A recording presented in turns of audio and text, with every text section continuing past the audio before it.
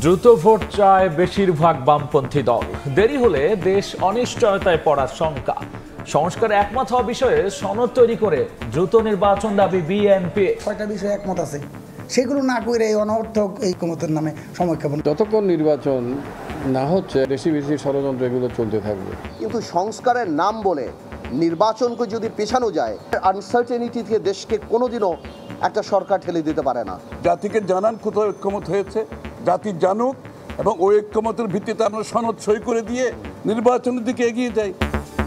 প্রধান উপদেষ্টা ঘোষিত ভোটের সময়সীমায় সমর্থন জামায়াতের। মাননীয় প্রধান উপদেষ্টা যে লাইন দিয়েছেন টাইম লাইন নির্বাচনের ব্যাপারে, আমরা সেটাকে সমর্থন করি। দেখছিলেন প্রধান শিরোনাম। রাতের সময় সঙ্গে আছি আমি গোলাম রাব্বি এবং আমি আফরোজা মৌটুসী। এবার অন্যান্য শীর্ষ সংবাদ। ধর্ষণের শিকার লামিয়ার আত্মহনন, জুলাই আন্দোলনে শহীদ বাবার কবরের পাশে দাফন। শিশু আসিয়া ধর্ষণ হত্যা মামলায় প্রথম দিনের সাক্ষ্য গ্রহণ। ফ্যাসিবাদ বিরোধী কাউন্সিলরদের পুনর্বহালে 15 দিনের আলটিমেটাম, দাবি পূরণ না হলে আন্দোলনের হুঁশিয়ারি। এনসিপি সহ 3 দলের সমর্থন, আগে স্থানীয় নির্বাচন দাবি। দুই উপদেষ্টার সাবেক এপিএস ও পিওর দুর্নীতির অনুসন্ধানে দুদক। অবৈধ সম্পদ ও সন্দেহজনক লেনদেনের অভিযোগে সাবেক এমপি কাজিমের বিরুদ্ধে মামলা। এবং সিলেট বিমানবন্দর থেকে কার্গো ফ্লাইট চালু, 66 টন তৈরি পোশাক নিয়ে সরাসরি গেল স্পেন। ভারতের চেয়ে কম খরচে রপ্তানিকারকদের সেবা দিতে কাজ করছে সরকার।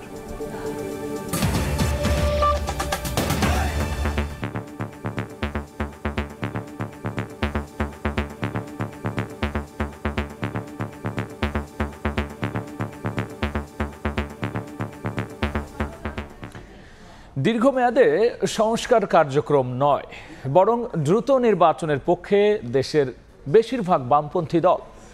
নেতাদের অভিযোগ, সংস্কারের নামে কালক্ষেপণ করছে সরকার। সরকারি পৃষ্ঠপোষকতায় রাজনৈতিক দল হচ্ছে এমন অভিযোগ করে নেতারা বলছেন, পক্ষপাত দুষ্ট আচরণে অনাস্থা তৈরির আশঙ্কাও রয়েছে। যেসব বিষয়ে ঐকমত্য হয়েছে তা বাস্তবায়ন করেই নির্বাচন আয়োজনের তাগিদ এসব দলের। বিস্তারিত জানাচ্ছেন হাসান ওয়ালি।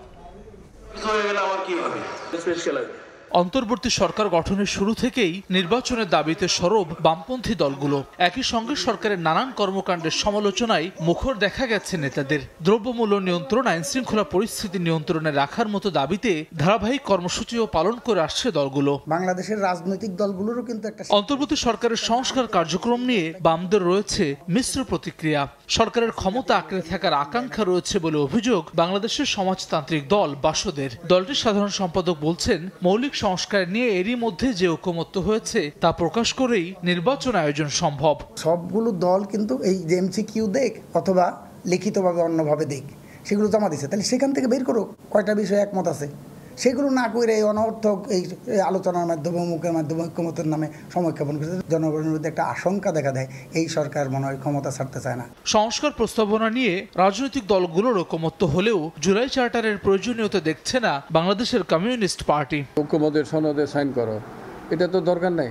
যতক্ষণ নির্বাচন না হচ্ছে, একটা রেগুলার গভর্নমেন্ট না আসতেছে, হ্যাঁ, ততক্ষণ মানে বাইরের হস্তক্ষেপ, দেশি বেশি ষড়যন্ত্র এগুলো চলতে থাকবে। নির্দলীয় সরকারের অনেক পদক্ষেপকে পক্ষপাত দুষ্ট বলছে বিপ্লবী ওয়ার্কার্স পার্টি। দ্রুত সময়ের মধ্যে সরকার জুলাই চার্টার গঠন করবে এমন প্রত্যাশা তাদের। তাদের ছত্রছায়া বসে এই দলগুলো তৈরি হচ্ছে এবং তারা তাদের এজেন্ডা নিয়ে তারা এখানে কাজ করছেন। তো যে কারণে আপনি বলতে পারেন যে একটা অনিশ্চয়তা, অস্থিরতা, সরকারের প্রতিও একটা অনাস্থার জায়গাটা হয়তো বাড়ছে। আওয়ামী লীগের জোট সঙ্গী ছাড়া বাম গণতান্ত্রিক জোট সহ প্রায় সব বাম দল নির্বাচনের দাবিতে রয়েছে সরব।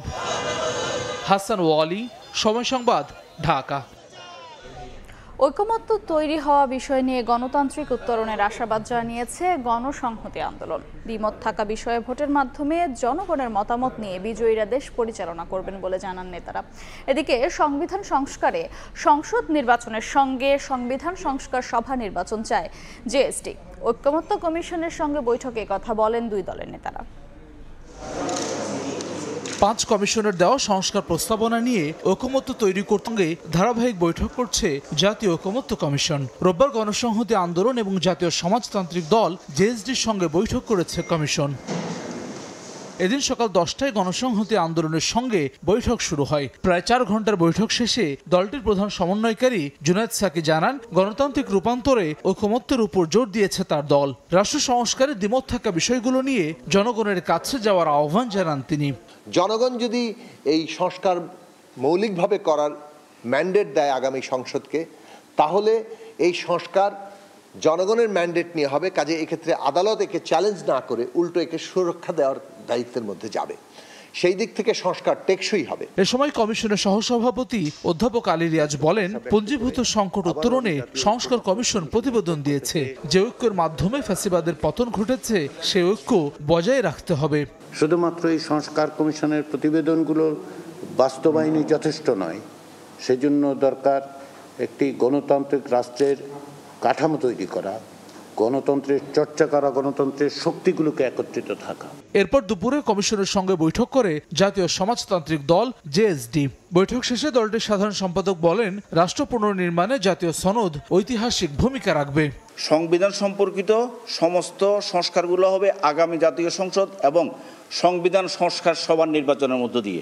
পরিষ্কার করতে বলতে চাই, শুধু একটি জাতীয় সংসদ নির্বাচন এই সংবিধানের মৌলিক কাঠামো সংস্কার করতে পারে বলে আমরা মনে করি না। সেই জন্য আমরা সেই নির্বাচন, একটাই নির্বাচন হবে, সেই নির্বাচনটাকে আমরা বলতে চাই সংবিধান সংস্কার সভার নির্বাচন। গত 20 মার্চ থেকে রাজনৈতিক দলগুলোর সঙ্গে আলোচনা শুরু করেছে জাতীয় ঐকমত্য কমিশন। 39টি দলের কাছে মতামত চেয়ে চিঠি দিয়েছিল কমিশন। বিজয় সূচিত হয়েছে কিন্তু। হাসান ওয়ালি, সময় সংবাদ, ঢাকা। সংস্কার নিয়ে যেসব বিষয় ঐকমত্য হয়েছে তার ভিত্তিতে সনদ তৈরি করে দ্রুত নির্বাচনের রোড ম্যাপ ঘোষণার আহ্বান জানিয়েছেন বিএনপির স্থায়ী কমিটির সদস্য আমির খসরু মাহমুদ চৌধুরী। বিকেলে বিজেপির সঙ্গে বৈঠক শেষে তিনি আরও বলেছেন, ঐকমত্যের বাইরে কোনো সংস্কারের সুযোগ নেই। আর বিজেপি চেয়ারম্যান আন্দালিব রহমান পার্থ বলেছেন, নির্বাচন দিতে কালক্ষেপণ করলে অনিশ্চয়তায় পড়তে পারে দেশ।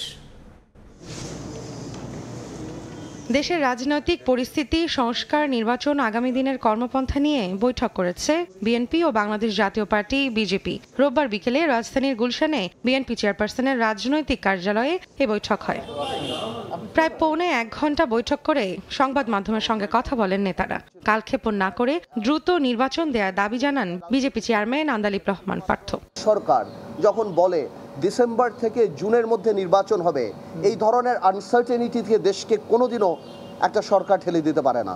একটা নির্বাচনী রোডম্যাপ কংক্রিট থাকতে হবে। সংস্কার শর্টকাট করে যেগুলি একমত হয়েছে সেগুলি নিয়ে একটা সনদ করাই যেতে পারে, সবাই সাইন করতে পারে এবং তারপরে এগিয়ে যেতে পারে। সংস্কার আপনারা করেন, কিন্তু বড় সংস্কার করতে হলে জনগণের ম্যান্ডেট ছাড়া সেই সংস্কার যদি হয়, তাহলে সেই সংস্কার খুব কঠিন হবে না, খুব শক্তভাবে থাকবে না।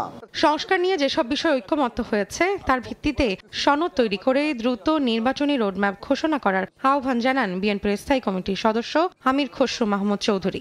অনেকদিন সময় চলে গেছে, আলোচনা শেষ, আপনি এটার জন্য 1 সপ্তাহের বেশি সময় লাগে না। কোথায় ঐক্যমত হয়েছে জাতিকে জানান, কোথায় ঐক্যমত হয়েছে জাতি জানুক, এবং ওই ঐক্যমতের ভিত্তিতে আমরা সনদ সই করে দিয়ে নির্বাচনের দিকে এগিয়ে যাই। খুব সহজ ব্যাপার, এর বাইরে যাওয়ার তো কোনো সুযোগ নাই।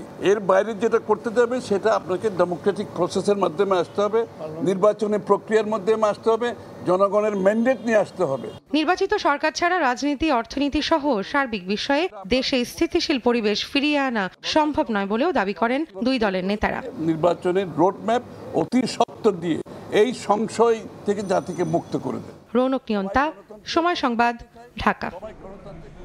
মিয়ানমারের আরাকানকে পৃথক রাষ্ট্র করে রোহিঙ্গা সংকটের স্থায়ী সমাধানের প্রস্তাব দিয়েছে জামায়াত। এতে চীনা কমিউনিস্ট পার্টিকে ভূমিকা রাখার আহ্বান জানিয়েছে দলটি। এদিকে প্রধান উপদেষ্টা ঘোষিত ভোটের সময়সীমায় সমর্থন জানিয়ে সুষ্ঠু নির্বাচনের জন্য সব কেন্দ্র সিসি ক্যামেরার আওতায় আনার তাগিদ দিয়েছে জামায়াত। ইইউ রাষ্ট্রদূত মাইকেল মিলারের সৌজন্য সাক্ষাৎ শেষে দলটির নেতারা জানান, সংখ্যালঘু ও নারীদের বিষয়ে জামায়াতের অবস্থানের ব্যাখ্যায় সন্তুষ্ট ইইউ। জামাতে ইসলামের আমির ডক্টর শফিকুর রহমানের সঙ্গে সৌজন্য সাক্ষাৎ করতে রোববার দুপুরে দলটির মগবাজারের কেন্দ্রীয় কার্যালয়ে আসেন ইউরোপীয় ইউনিয়নের রাষ্ট্রদূত মাইকেল মিলার। দলটির প্রতিনিধি দলের সঙ্গে ঘণ্টাখানেক আলোচনা হয় আসন্ন জাতীয় সংসদ নির্বাচন নিয়ে। আলোচনায় স্থান পায় সংখ্যালঘু ও নারী অধিকার বিষয়েও। সাক্ষাৎ পর্ব শেষে সাংবাদিকদের দলটির নায়েবে আমির আব্দুল্লাহ মোহাম্মদ তাহের জানান, সংখ্যালঘু ও নারী অধিকারের রক্ষার বিষয়ে জামাতের ব্যাখ্যায় সন্তুষ্ট ইউরোপীয় ইউনিয়ন। সুষ্ঠু ভোটের জন্য প্রতিটি কেন্দ্রে সিসি ক্যামেরা রাখার পক্ষে দলটি। যার যার অধিকারের ব্যাপারে জামাত অত্যন্ত সচেতন, দৃঢ় এবং প্রত্যেকে তার রাইটস ভূমিকা পালন করবে। আমরা তাদেরকে প্রস্তাব দিয়েছি যে বাংলাদেশের শুধুমাত্র ইউরোপীয় ইউনিয়নের এখানে একটা এরিয়াকে আমরা অ্যাসাইন করব এবং সেখানে তারা গার্মেন্টসে আরও বেশি করে তারা ইনভেস্টমেন্ট করবে।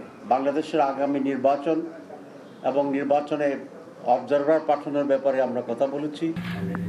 এদিকে সন্ধ্যায় রাজধানীর গুলশানের একটি হোটেলে চীনের কমিউনিস্ট পার্টির সাউথ এশিয়ান জোনের ডিজি সহ ৩ সদস্যের প্রতিনিধি দলের সাথে দ্বিপক্ষীয় বৈঠক করে জামাতের একটি প্রতিনিধি দল। বৈঠক শেষে নায়েবে আমির জানান, রোহিঙ্গা সংকটের স্থায়ী সমাধানে মিয়ানমারের আরাকানকে পৃথক রাষ্ট্র করার প্রস্তাব দিয়েছেন তারা। এতে চীনকে ভূমিকা রাখার আহ্বানও তাদের। আমরা বলেছি যে ফুড, ক্লথিং এবং মানবতার শেল্টার এটা কোনো সমাধান না।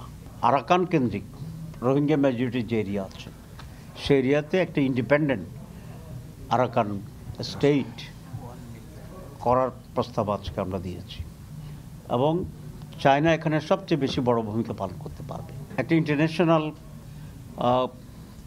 যদি রিপেট্রিয়েট কমিটি থাকে যারা সকলে মিলে এই সমস্যার সমাধান এখানে করতে পারবে। শিক্ষা খাতে স্কলারশিপ সুবিধা সহ ব্লু ইকোনমিতে বাংলাদেশে বিনিয়োগ বাড়াতে চীনের প্রতিনিধি দলের ভূমিকা রাখার আহ্বানও জানায় জামাত। ডিপ সি পোর্টের মাধ্যমে যে ব্লু ইকোনমি। তোহা খান তামিম, সময় সংবাদ, ঢাকা। সংঘাত নয়, আলোচনার মাধ্যমে ভারত পাকিস্তানের চলমান উত্তেজনার সমাধান চায় বাংলাদেশ। বিকেলে পররাষ্ট্র মন্ত্রণালয়ে সংবাদ সম্মেলনে কথা বলেন পররাষ্ট্র উপদেষ্টা। সম্প্রতি গুজরাটে 1000-এর বেশি বাংলাদেশিকে গ্রেফতার প্রসঙ্গে উপদেষ্টা বলেন, এ বিষয়ে আনুষ্ঠানিকভাবে কিছুই জানায়নি ভারত। গত 22 এপ্রিল জম্মু কাশ্মীরের পেহেলগামে সন্ত্রাসী হামলার পর থেকেই চরম উত্তেজনা বিরাজ করছে ভারত পাকিস্তান সম্পর্কে। নদীর পানি বন্টন চুক্তি স্থগিত কিংবা আকাশপথ ব্যবহারে নিষেধাজ্ঞার সঙ্গে চলছে কথার লড়াইও। দুই প্রতিবেশীর এমন মুখোমুখি অবস্থান চায় না বাংলাদেশ। সংঘাত নয়, আলোচনার মাধ্যমেই ভারত পাকিস্তানের সম্পর্কের টানাপোড়েনের সমাধান দেখতে চায় বাংলাদেশ। রোববার বিকেলে পররাষ্ট্র মন্ত্রণালয়ের সংবাদ সম্মেলনে এমনটাই জানান পররাষ্ট্র উপদেষ্টা। আমরা চাইব যে তারা আলাপ আলোচনার মাধ্যমে তাদের সমস্যার সমাধান করে ফেলুক। আমরা ইতিমধ্যে দেখেছি যে মধ্যস্থতার প্রস্তাব দু একটি দেশের কাছ থেকে এসেছে। যেভাবেই হোক, মধ্যস্থতার মাধ্যমে হোক অথবা দ্বিপক্ষীয় আলাপ আলোচনার মাধ্যমে হোক, আমরা চাই যে উত্তেজনা প্রশমিত হোক এবং শান্তি বজায় থাকুক। তারা যদি আমাদের সহায়তা চায় যে আপনারা মধ্যস্থতা করুন, তাহলে হয়তো আমরা যাবো, কিন্তু তার আগে আমরা আগ বাড়িয়ে এটা কিছু করতে চাই না। ভারত পাকিস্তান উত্তেজনা সংঘাতে রূপ নিলে সরাসরি ভুক্তভোগী না হলেও বাণিজ্যিকভাবে বাংলাদেশ নতুন চ্যালেঞ্জের মুখে পড়তে পারে বলেও মন্তব্য করেন উপদেষ্টা। সবকিছুই সবাইকে কম বেশি এফেক্ট করে, কাজেই কোনো কিছুই আমাদেরকে একটু এফেক্ট করবে না সেটা আমি বলি না। তবে তাদের যে সংঘাত, সেই সংঘাত সরাসরি আমাদেরকে এফেক্ট করার কিছু নেই। এফেক্ট যদি হয়, সেই এফেক্ট যাতে বেশি আমাদের ক্ষতি করতে না পারে, আমাদেরকে সেই অনুযায়ী ব্যবস্থা নিতে হবে। সন্ত্রাসী হামলার পর ভারতের গুজরাটে ধরপাকড়ে 1000-এর বেশি বাংলাদেশিকে গ্রেফতারের বিষয়ে আনুষ্ঠানিকভাবে কোনো চিঠি পায়নি পররাষ্ট্র মন্ত্রণালয়। এখন পর্যন্ত আমরা এই ব্যাপারে কিন্তু পত্রপত্রিকাতেই দেখেছি, এর বাইরে কোনো অফিসিয়াল কমিউনিকেশন আমাদেরকে দেওয়া হয়নি। জুম্মান সাদিক, জ্যাভলিন, সময় সংবাদ, ঢাকা। ফ্যাসিবাদ বিরোধী কাউন্সিলরদের পুনর্বহলে 15 দিনের আলটিমেটাম দিয়েছে সিটি ও পৌর কাউন্সিলর অ্যাসোসিয়েশন। দাবি পূরণ না হলে আন্দোলনের হুঁশিয়ারি দিয়েছেন সংগঠন নেতারা। তাদের দাবির প্রতি সমর্থন জানিয়েছেন এনসিপি সহ 3 দলের নেতারা। জাতীয়র আগে স্থানীয় নির্বাচন দেওয়ার দাবি জানান তারা। আওয়ামী লীগ সরকার পতনের পর গত বছরের 27 সেপ্টেম্বর দেশের সব সিটি কর্পোরেশন ও পৌরসভা থেকে কাউন্সিলরদের অপসারণ করে প্রজ্ঞাপন জারি করে সরকার। পদ ফিরিয়ে দেওয়ার দাবিতে 7 মাস পর রোববার সকালে জাতীয় প্রেসক্লাব মিলনায়তনে ফ্যাসিবাদ বিরোধী জনপ্রতিনিধিদের পুনর্বহালের দাবিতে সমাবেশ করে সিটি ও পৌর কাউন্সিলর অ্যাসোসিয়েশন। সংগতি জানায় এনসিপি, ইসলামী আন্দোলন ও এবি পার্টির নেতারা। যাচাই বাছাই শেষে ফ্যাসিবাদ বিরোধী কাউন্সিলরদের অবিলম্বে পুনর্বহালের দাবি জানান তারা। স্বতন্ত্রভাবে নির্বাচন করেছেন, জুলুম নির্যাতনের শিকার হয়েছেন, তাদেরকে অচিরেই অবিলম্বে তাদেরকে এই পদে পুনর্নিয়োগ দেওয়া হোক। এই কাউন্সিলরদেরকে যৌক্তিক বিধিমালার উপরে ভিত্তি করে যাচাই বাছাই করে প্রশাসক হিসাবে অনতিবিলম্বে নিয়োগ দিলে এই সংকটের সমাধান করতে হবে। সার্চ কমিটি করে যারা যারা ফ্যাসিবাদের সাথে সংশ্লিষ্টতা নাই, ফেয়ার ভোটের মধ্য দিয়ে জিতে এসেছেন, তাদেরকে আপনি আবার কাউন্সিলর পদে বসান অথবা স্থানীয় সরকার নির্বাচন দেন, কিছু একটা করতে হবে। পরে সরকারকে 15 দিন সময় দিয়ে কাউন্সিলরদের পুনর্বহালের আলটিমেটাম দেন অ্যাসোসিয়েশনের সভাপতি। আমাদেরকে পুনর্বহাল করুন, আমরা এই দেশের জনগণের যে দুঃখ দুর্দশা আছে আমরা সাথে থেকে লাঘব করতে চাই। আমাদেরকে আন্দোলনে নামাতে চান, আমরা যদি আন্দোলন করি তাহলে কিন্তু অনেক বড় আন্দোলন কিন্তু আমরা করতে পারি। শূন্য পদ পূরণ হলে চাঁদাবাজি ও সন্ত্রাসী কার্যক্রম কমে আসবে বলে জানান বক্তারা। আমি সরকারি দলেরও কোনো নেতা। আবু সাইদ নিশান, সময় সংবাদ, ঢাকা। জুলাই গণঅভ্যুত্থানে ঢাকায় শহীদ হওয়া বাবা জসিম উদ্দিনের কবরের পাশে দাফন করা হলো কলেজ ছাত্রী লামিয়ার মরদেহ। রাত 8টার দিকে দুমকি উপজেলার পাঙ্গাশিয়া ইউনিয়নের পাঙ্গাশিয়া বালিকা মাধ্যমিক বিদ্যালয়ে তার নামাজে জানাজা অনুষ্ঠিত হয়। এতে বিএনপির সিনিয়র যুগ্ম মহাসচিব রুহুল কবির রিজভী, জাতীয় নাগরিক পার্টির মুখ্য সংগঠক সার্জিস আলম, গণ অধিকার পরিষদের কেন্দ্রীয় নেতা, জুলাই স্মৃতি ফাউন্ডেশনের সদস্য এবং জেলা প্রশাসক ও অতিরিক্ত পুলিশ সুপার সহ প্রশাসনের ঊর্ধ্বতন কর্মকর্তারা অংশ নেন। পরে ধোপারহাট গ্রামে নিজ বাড়িতে জুলাই গণঅভ্যুত্থানে ঢাকায় শহীদ হওয়া বাবা জসিম উদ্দিনের কবরের পাশেই লামিয়ার মরদেহ দাফন করা হয়।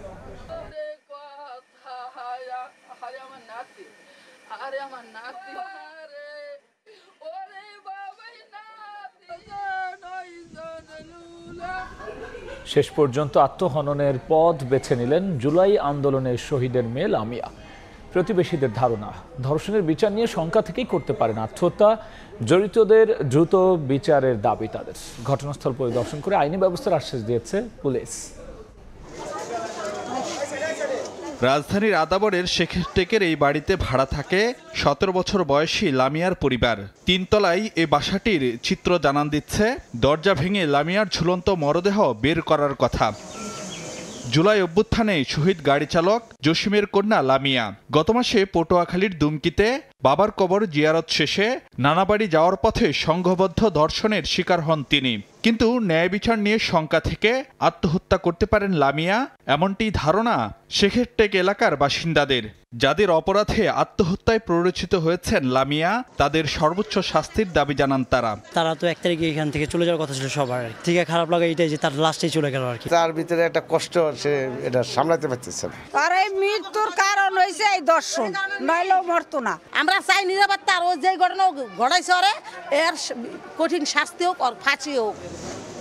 এ ঘটনায় রাজধানীর আদাবর থানায় অপমৃত্যুর মামলা করেছেন লামিয়ার চাচা। ঘটনাস্থল পরিদর্শন করেছে সিআইডি ও থানা পুলিশ। তার চাচা বাদী হয়ে একটা অপমৃত্যু মামলা রুজু করে, এটা রেগুলার মামলার মতোই তদন্ত হবে। আদার্স কোনো ফাইন্ডিংস পেলে অবশ্যই আমরা সেদিকে ধাবিত হব। সিআইডি ছায়া তদন্ত করে, ওরা কি পেল না পেল আমরা তাদের সাথেও যোগাযোগ রাখবো। সকালে সোহরাওয়ার্দী মেডিকেল কলেজ হাসপাতালে সম্পন্ন হয় লামিয়ার মরদেহের ময়না তদন্ত। ফারুক ভিয়া, রবিন, সময় সংবাদ, ঢাকা। এদিকে মাগুরায় শিশু আসিয়া ধর্ষণ ও হত্যা মামলার প্রথম দিনের সাক্ষ্য গ্রহণ শেষ হয়েছে। সকালে নারী ও শিশু নির্যাতন দমন ট্রাইব্যুনালে বাদী সহ 3 জন সাক্ষ্য দেন। এ সময় মামলায় সব আসামিকে হাজির করা হয়। সর্বোচ্চ শাস্তির আশা রাষ্ট্রপক্ষের আইনজীবীর। আরও এক ধাপ এগুলো আলোচিত মাগুরার শিশু আসিয়া ধর্ষণ ও হত্যা মামলা। সাক্ষ্য গ্রহণ শুরু হলো মামলাটিতে। রোববার সকালে জেলার নারী ও শিশু নির্যাতন দমন ট্রাইব্যুনালের বিচারক এম জাহিদ হাসানের আদালতে বাদীসহ 3 জন সাক্ষ্য দেন। এ সময় মামলার সব আসামিকে হাজির করা হয়। আরও 3 জনের সাক্ষ্য গ্রহণ করা হবে সোমবার। এ মামলায় মোট 32 জনের সাক্ষ্য গ্রহণ করবেন আদালত। সাক্ষীরা তাদের অবস্থানের সঠিক থেকে তাদের সাক্ষ্য এবং জেরার উত্তর দিতে সক্ষম হয়েছে। যতদিন সাক্ষী শেষ না হবে ধারাবাহিকভাবে সাক্ষ্য গ্রহণ চলতে থাকবে। দ্রুত সময়ের মধ্যে বিচার কাজ শেষ করার দাবি জানিয়েছেন আসিয়ার স্বজনরা। আশা করি যাতে দ্রুত হিটু শেখের ফাঁসি হয় এবং হিটু শেখের 2 ছেলে যে ওরা হুমকি আমকি দিয়েছে, ধরেন আমার 2 বাচ্চার জীবন নষ্ট করছে, যাতে ওদের বিচার হয়। সাক্ষী দিয়ে আসলাম, আমরা আশা করছি আদালত দ্রুত কাজ করছে, হিটু শেখের ফাঁসির দাবি করছি। তো 13 এপ্রিল শিশু আসিয়া ধর্ষণ হত্যা মামলায় আদালতে চার্জশিট দাখিল করে পুলিশ। হিটু শেখকে প্রধান আসামি করে সজীব শেখ, রাতুল শেখ এবং জাহিদা বেগমকে আসামি করা হয়। এর আগে হিটু শেখ আদালতে 164 ধারায় স্বীকারোক্তিমূলক জবানবন্দি দেয়।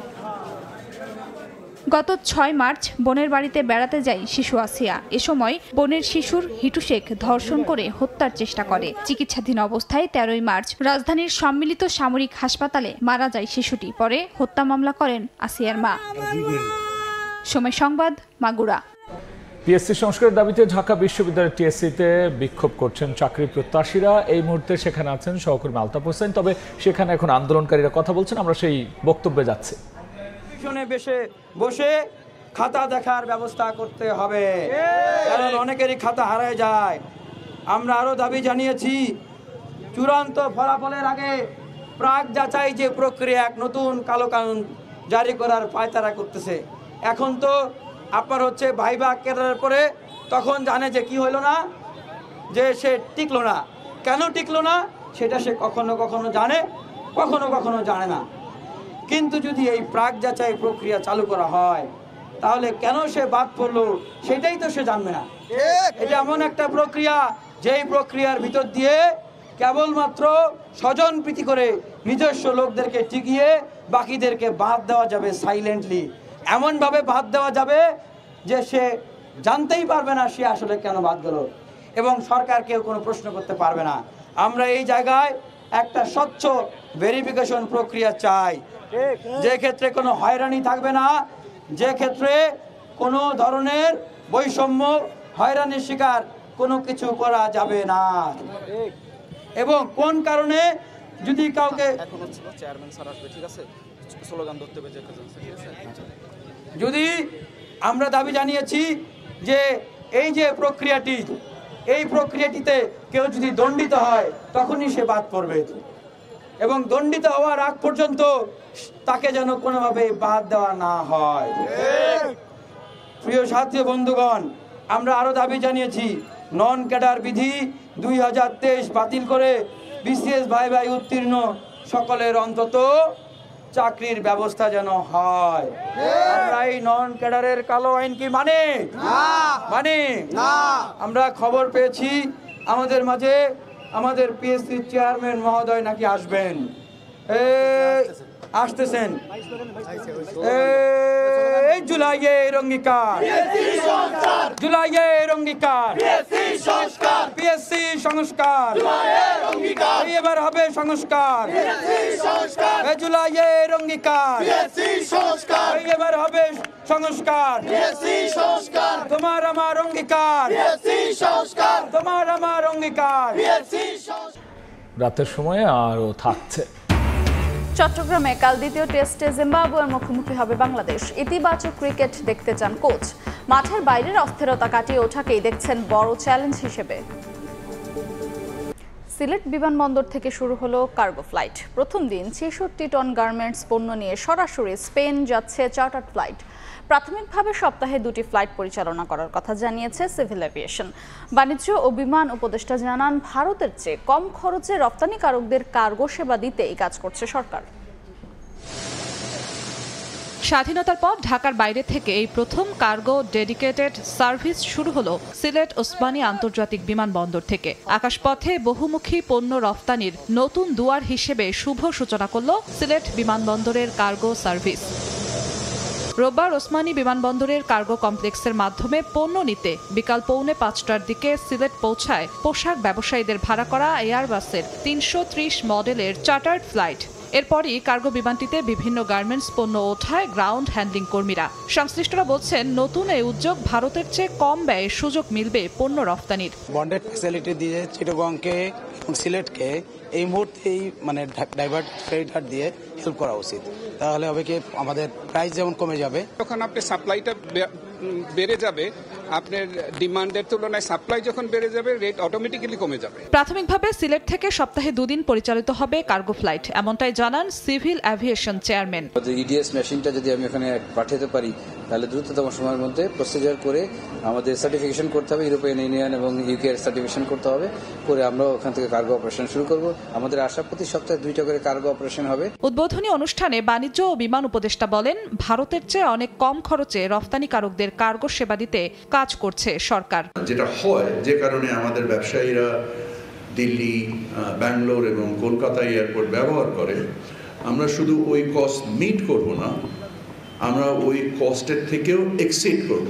উপদেষ্টা আরো বলেন, ব্যবসায়ীদের সর্বোচ্চ সেবা নিশ্চিত করতে রফতানি খাতকে অবকাঠামো বান্ধব করে বহুমুখী সুবিধা দিতে চায় সরকার। আমাদের যে শুধু সক্ষমতা বৃদ্ধি না, আমাদের কম্পারেটিভনেস আমরা বাড়িয়েছি। একত্রিতভাবে আমরা দেশকে আগিয়ে নিয়ে যাব।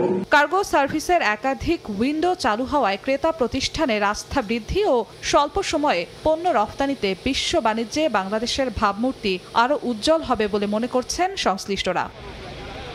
সময় সংবাদ, সিলেট। এবার বাণিজ্যের সংবাদ।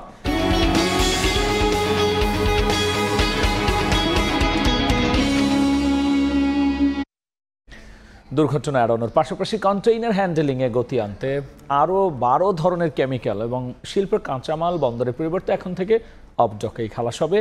অফডকগুলোর সক্ষমতার ঘাটতি থাকলেও বন্দরের অনুরোধে এই সিদ্ধান্ত নিয়েছে জাতীয় রাজস্ব বোর্ড। আর এ নিয়ে 19 বছরে 6 দফায় 50 ধরনের পণ্য অফডকে পাঠানো হলো। সাক্ষরচুপুর ক্যামেরায় কমলদের রিপোর্ট। জাতীয় রাজস্ব বোর্ড এনবিআর থেকে ইস্যু করা এক চিঠিতে 12 ধরনের পণ্য বন্দরের পরিবর্তে ইনল্যান্ড কন্টেইনার ডিপোতে আমদানি পণ্য স্থানান্তর, মালামাল আনস্টাফিং এবং ডেলিভারির অনুমতি দেওয়া হয়। এসব পণ্যের মধ্যে ক্যালসিয়াম কার্বনেট, ক্যালসিয়াম ফসফেট, মিথানাইল, গ্লিসারলের মতো কেমিক্যাল যেমন রয়েছে তেমনি রয়েছে স্টেপল ফাইবার, কুইক লাইম সহ বেশ কিছু শিল্পের কাঁচামাল। এনবিআর বিভিন্নভাবে যাচাই বাছাই করে রিস্ক ফ্যাক্টর বা বিভিন্ন যে প্যারামিটারগুলো আছে ওগুলো যাচাই বাছাই করে আরও 12টা পণ্যকে নতুনভাবে ইনক্লুশন করেছে। এমনিতে আমদানি করা কেমিক্যাল এবং শিল্পের কাঁচামাল হিসেবে ব্যবহৃত বিপজ্জনক কার্গো নিয়ে চরম ভোগান্তিতে রয়েছে চট্টগ্রাম বন্দর কর্তৃপক্ষ। বছরের পর বছর ডেলিভারি না নেওয়ায় এসব বিপজ্জনক কার্গো বন্দরের জন্য আগুন ও দুর্ঘটনার ঝুঁকি হয়ে উঠেছিল। স্পেসিফিক কিছু আইটেম ছাড়া, যেগুলো খুবই ক্রুশিয়াল আইটেম বা এই ধরনের কিছু ছাড়া সবগুলো আইটেম যেন ডিপো থেকে ডেলিভারি হয়। ফুল কার্গো যদি আমরা পোর্ট থেকে বেরিয়ে যাওয়ার যদি আমাদের সিদ্ধান্ত হয়, সেক্ষেত্রে অবশ্যই আরও অনেক ডিপো আসবে এবং সেটা যদি হয় তাহলে বন্দরের আজকে এই ক্রাইসিসটা থাকবে না। 1996 সালে কার্যক্রম শুরু করা 19টি অফডকের দায়িত্ব দেওয়া হয়েছিল খালি কন্টেনার হ্যান্ডেলিংয়ের। 2000 সালে দায়িত্ব দেওয়া হয় রফতানি পণ্য হ্যান্ডেলিং। আর 2006 সালে 9 ধরনের পণ্য, সবশেষ 2025 সালে আরও 12 ধরনের পণ্য হ্যান্ডেলিংয়ের দায়িত্ব দেওয়া হয়েছে। এখন 21টি অফডককে অন্তত 50 ধরনের পণ্য হ্যান্ডেলিং করতে হবে। তবে প্রশ্ন থেকে যাচ্ছে তাদের সেই সক্ষমতা রয়েছে কিনা। চট্টগ্রাম বন্দরের মোট হ্যান্ডেলিংয়ের 17% সম্পন্ন হয় অফডকগুলোতে। তবে অফডকের সক্ষমতা এখনও 33% অব্যবহৃত বলে দাবি অফডক মালিকদের সংগঠন বিগডার। বহু বছর ধরে চাইছি যে চট্টগ্রাম বন্দরের মধ্যে থেকে সব ধরনের আমদানি পণ্যের ডেলিভারি বন্ধ করে তা অফডকে নিয়ে আসা হোক। গ্রিড বিপর্যয়ে দক্ষিণ পশ্চিমাঞ্চলের 21 জেলায় 2.5 ঘন্টা ব্ল্যাকআউট থাকার কারণ খুঁজতে তদন্ত কমিটি করেছে বিদ্যুৎ মন্ত্রণালয়। উপদেষ্টা জানান, এখন থেকে শহর ও গ্রামে সমানভাবে লোডশেডিং দেওয়া হবে এবং চাহিদা মেটাতে তেল ভিত্তিক কেন্দ্রে উৎপাদন বাড়ানো হবে, আর গ্যাস সংকট কাটাতে এলএনজি আমদানি বাড়ানো হবে। জাতীয় গ্রিডে আকস্মিক ত্রুটির কারণে শনিবার প্রায় 2.5 ঘন্টা বিদ্যুৎহীন ছিল দেশের দক্ষিণ পশ্চিমাঞ্চলের 21 জেলা। এর কারণ অনুসন্ধানের পাশাপাশি ভবিষ্যতে গ্রিড বিপর্যয় ঠেকাতে বুয়েটের উপাচার্য আব্দুল হাসিব চৌধুরীকে প্রধান করে 8 সদস্যের তদন্ত কমিটি গঠন করেছে সরকার। দক্ষিণ পশ্চিমাঞ্চলে বিদ্যুৎ সরবরাহ স্বাভাবিক হলেও পরিস্থিতি পর্যালোচনা করতে রোববার সচিবালয়ে সংশ্লিষ্ট সবাইকে নিয়ে বৈঠক করেন বিদ্যুৎ, জ্বালানি ও খনিজ সম্পদ উপদেষ্টা ফাউজুল কবির খান। বৈঠক শেষে জানান, শহর ও গ্রামে সমানভাবে লোডশেডিং করার পাশাপাশি গ্রীষ্ম মৌসুমে চাহিদা মেটাতে তেল ভিত্তিক কেন্দ্রে উৎপাদন বাড়ানো হবে। Aminbazar Gopalganj double line circuit লাইনে একটা ফল্ট হয়েছে। ফল্ট মানে হচ্ছে দুটো তার একত্র হয়ে যাওয়া বা কাছাকাছি হয়ে যাওয়া, এটার ফলে কিন্তু এই জিনিসটা হয়েছে। গ্রিডের স্টেবিলিটির জন্য কাজ করতেছি। লোডশেডিং হচ্ছে এবং হবে, শহর গ্রামের মধ্যে হবে না। যে আমি বলছি যে লোডশেডিং এটা সমানভাবে করতে হবে। আরও যদি ডিমান্ড বাড়ে তখন আমরা তেল ভিত্তিক বিদ্যুৎ কেন্দ্র আরও চালাবো। গ্যাসের উৎপাদন কম ও আর্থিক যোগানের অভাবেই বিভিন্ন এলাকায় তীব্র সংকট হচ্ছে জানিয়ে উপদেষ্টা বলেন, এলএনজি আমদানি বাড়িয়ে গ্রাহকদের স্বস্তি দেওয়ার চেষ্টা চলছে। গ্যাসের উৎপাদন কমে যাচ্ছে, তারপরে হচ্ছে আমরা যে বাড়তি এলএনজি আনবো সেটার জন্য আর্থিক সামর্থ্য, আর ওরা তো পানাদাররা টাকাটা দিচ্ছে ওদের বিল দেওয়ার জন্য। তারপরে আমাদের 2টা FSRU আছে, সেখানে আমরা মাত্র 115টা কার্গো আনতে পারি। আমরা এর মধ্যে চেষ্টা করতেছি গ্রাহকদেরকে যতটা সম্ভব স্বস্তি দেওয়ার জন্য। শনিবার বৈদ্যুতিক গোলযোগের কারণে পৌনে 2 ঘন্টা মেট্রো রেল চলাচল বন্ধ থাকার ঘটনায়ও তদন্ত কমিটি গঠনের কথা জানান উপদেষ্টা। মেট্রো রেলের জন্য একটা কমিটি করা আছে। প্রসূন আশিস, সময় সংবাদ, ঢাকা। পূর্বাঞ্চলের রাজুকের প্লট দুর্নীতি মামলায় সাবেক প্রধানমন্ত্রী শেখ হাসিনার মেয়ে সাইমা ওয়াজেদ পুতুলের বিরুদ্ধে ইন্টারপোলের মাধ্যমে গ্রেফতারি পরোয়ানা জারির আদেশ দিয়েছেন আদালত। রোববার দুর্নীতি দমন কমিশনের আবেদনের পরিপ্রেক্ষিতে ঢাকা মেট্রোপলিটন সিনিয়র স্পেশাল জজ মোহাম্মদ জাকির হোসেন গালিব এই আদেশ দেন। এর আগে 10 এপ্রিল প্লট বরাদ্দ দুর্নীতির মামলায় শেখ হাসিনা ও তার মেয়ে সাইমা ওয়াজেদ পুতুলের বিরুদ্ধে গ্রেফতারি পরোয়ানা জারির আদেশ দেন আদালত। আর প্লট বরাদ্দে দুর্নীতির অভিযোগে করা আলাদা 3 মামলায় 13 এপ্রিল শেখ হাসিনা, শেখ রেহানা ও তার মেয়ে টিউলিপ সিদ্দিক, ছেলে রাদওয়ান মুজিব সিদ্দিক ববি সহ 21 জনের বিরুদ্ধে গ্রেফতারি পরোয়ানা জারির আদেশ দেন আদালত। 3টি মামলায় শেখ হাসিনা, শেখ রেহানা, টিউলিপ সিদ্দিক, আজমিনা সিদ্দিক ও রাদওয়ান মুজিব সিদ্দিক এবং সাবেক গণপূর্ত প্রতিমন্ত্রী শরীফ আহমেদ সহ 16 জনকে অভিযোগপত্রে আসামি করা হয়।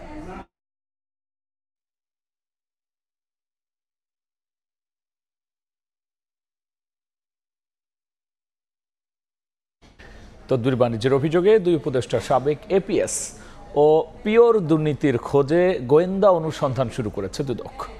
এর আগে মার্চ টু দুদক কর্মসূচি নিয়ে APSদের দুর্নীতির তদন্ত দাবিতে দুদক চেয়ারম্যানের সঙ্গে দেখা করেন বাংলাদেশ যুব অধিকার পরিষদের নেতারা। অভিযুক্তদের 15 দিনের মধ্যে গ্রেফতারের আলটিমেটামও দিয়েছেন তারা। অন্তর্বর্তী সরকারের উপদেষ্টা আসিফ মাহমুদ সজীব ভুইয়ার সাবেক APS মোয়াজ্জেম হোসেন ও স্বাস্থ্য উপদেষ্টার ব্যক্তিগত কর্মকর্তা তুহিন ফারাবের বিরুদ্ধে 100 কোটি টাকার তদবির বাণিজ্য টক অব দ্য কান্ট্রি। অভিযুক্তদের আইনের আওতায় আনার দাবিতে প্রেস ক্লাবের সামনে বিক্ষোভ করেছে বাংলাদেশ যুব অধিকার পরিষদ। পরে মার্চ টু দুদক কর্মসূচি পালনে দুদক কার্যালয়ের সামনে জড়ো হন সংগঠনটির নেতাকর্মীরা।